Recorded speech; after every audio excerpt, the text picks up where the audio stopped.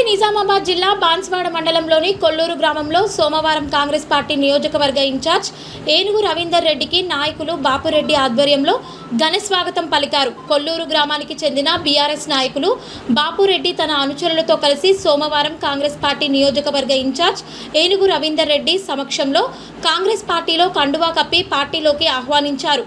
కొల్లూరు గ్రామం బీఆర్ఎస్ పార్టీకి కంచుకోటగా ఉండడంతో ఒక్కసారిగా మాజీ స్పీకర్ ఎమ్మెల్యే పోచారం శ్రీనివాస్ రెడ్డి దగ్గరి బంధువులు కాంగ్రెస్ పార్టీలో చేరడం చర్చనీయాంశమైంది.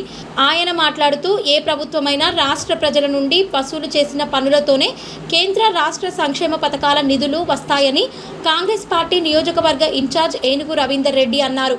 సోమవారం బాన్స్వాడ మండలంలోని కొల్లూరు గ్రామంలో ఏర్పాటు చేసిన పార్టీ సమావేశంలో ఆయన మాట్లాడారు. మనం కట్టే ట్యాక్స్ మనకు వస్తుంది, ఢిల్లీకి పోతుంది కదా. మరి ఢిల్లీకి పోయినప్పుడు ఢిల్లీకి తెచ్చుకోవాలదా? తెచ్చుకోవాలి. కేసీఆర్ దొరకదా? నేనే, నా ఫోటోనే ఉండాలి, నేనే ఇవ్వాలి స్కీమ్. డబుల్ బెడ్రూమ్ ఇవ్వాలి. ఏం చెప్పాడు? డబుల్ బెడ్రూమ్ పెట్టినప్పుడు డబుల్ బెడ్రూమ్ వస్తే బిడ్డ స్టేడ్ ఉంటుంది, అల్లుడు స్టేడ్ ఉంటాడు, స్నానం చేసే బాత్రూమ్ ఎట్లా, మేకేడ ఉంటుంది, కోడేడ కట్టే కమ్ముతారు, ఇవన్నీ చెప్పిండు.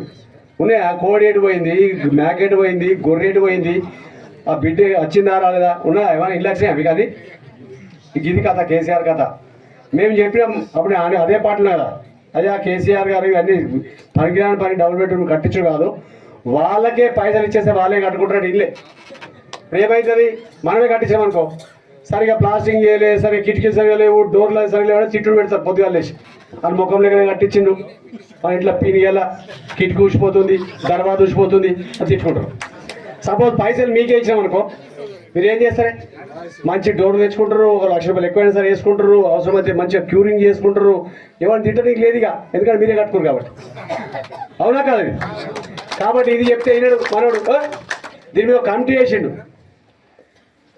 ఈ ఇండ్ల మీద మరి కొందరేమో వాళ్ళకే ఇచ్చేయాలంటారు, నాకేమో డబుల్ బెడ్రూమ్ కట్టాలని ఉన్నది, మరి మీరు అని కమిటీ వేసిండు.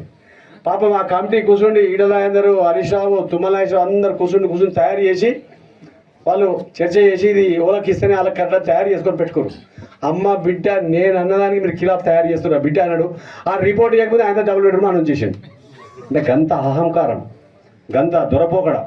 అంటే మీరు నేను చెప్తే మీరు పోయి నేను చెప్పినట్టు చేయాలి, కానీ మీరు ఇల్లు హాల కట్టుకోమని చెప్తారు. కొడుక చాలు, మీరు ఇచ్చే లోపలనే కథ